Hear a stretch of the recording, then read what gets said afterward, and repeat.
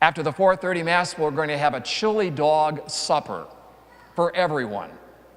After each of the Masses next Sunday morning, there's a pancake breakfast for everyone, all in the gym. Some 100 members of our parish are putting this on for us. And what will it cost you?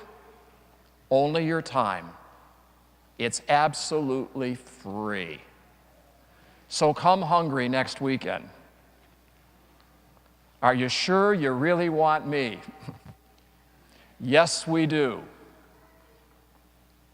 To come and bear fruit. That's a part of our Lent. Do you know where Lent came from? We do it every year, don't we? You know where it came from? Long, long time ago. People were wanting to become Christian. And so they would study our faith with other Christians. This may go on for more than a year or two. But they were preparing to be baptized. Holy Saturday night, Easter Vigil. And these last 40 days were intense preparation of study, of prayer, of fasting, of care for the poor, in preparation for baptism, confirmation, and First Holy Communion. Well then, other people thought that's a great idea for those preparing. It's a great idea for us too who are getting ready to renew our baptismal promises at Easter. Transformation rarely occurs within a single instant. Transformation, conversion is a lifelong process. And how does it occur? Well, of course, with God's grace, but with many little acts of kindness, faithful daily prayer, heartfelt compassion, to become a better version of ourselves, to bear fruit. Are you really sure you want me? Yes, we do. Okay, it's story time. There's a story that's new to me that makes this point in another fashion that really gets to my heart. The author's words are so carefully chosen, I'm not going to attempt to paraphrase it. But here's the story which says what I just said, but perhaps more memorably.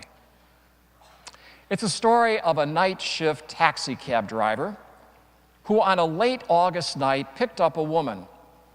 He was responding to a call from a small brick complex in a quiet part of town, and he assumed that, as usual, he was being sent to pick up some hung-over partiers or someone who had just had a fight with a lover or a worker heading to an early shift in the industrial part of town.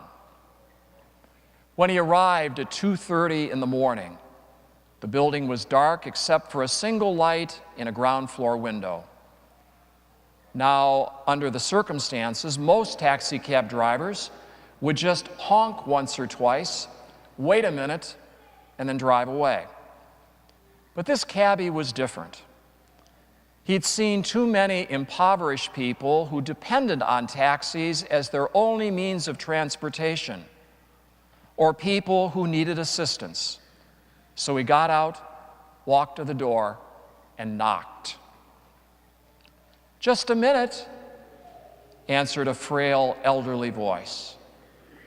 He could hear something being dragged across the floor, and after a long pause, the door opened. There was a small woman in her 80s, wearing a blue print dress and a pillbox hat with a veil pinned on it, looking for all the world like somebody out of a 1940s movie. By her side was a small nylon suitcase. He got a glimpse of the apartment that looked as if no one had lived in it for years. The furniture was covered with sheets. There were no clocks, knickknacks, or utensils on the counters. In the corner was a cardboard box filled with photos and glassware. "Would you carry my bag to the car?" the woman asked. So he took the suitcase to the cab, then returned to assist the woman, who took his arm as they walked slowly to the curb. When they got into the cab, she gave him an address and then asked, "Could you drive me through downtown?" "It's not the shortest way," he answered. "Oh, I don't mind," she said. "I'm in no hurry. I'm on my way to a hospice." When he looked in the rearview mirror, he noticed her eyes were glistening. "I don't have any family left," she continued, "and the doctor says I don't have very long." The cabbie then quietly reached over and shut off the meter. "What route would you like to take?" he asked. For the next 2 hours, they drove through the city. She showed him the building where she'd once worked as an elevator operator.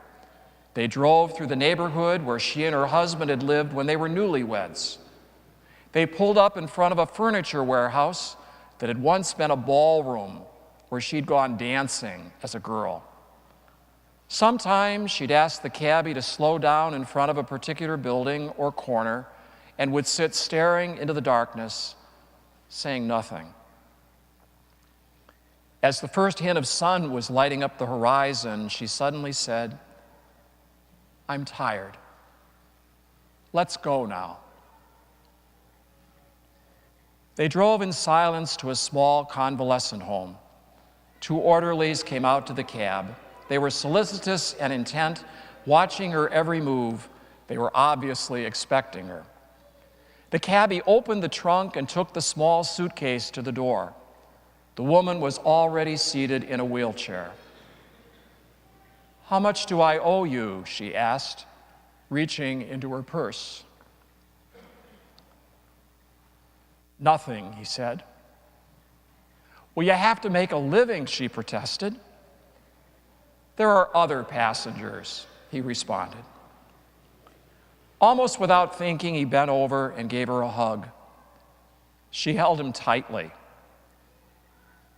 "You gave an old woman a little moment of joy," she said.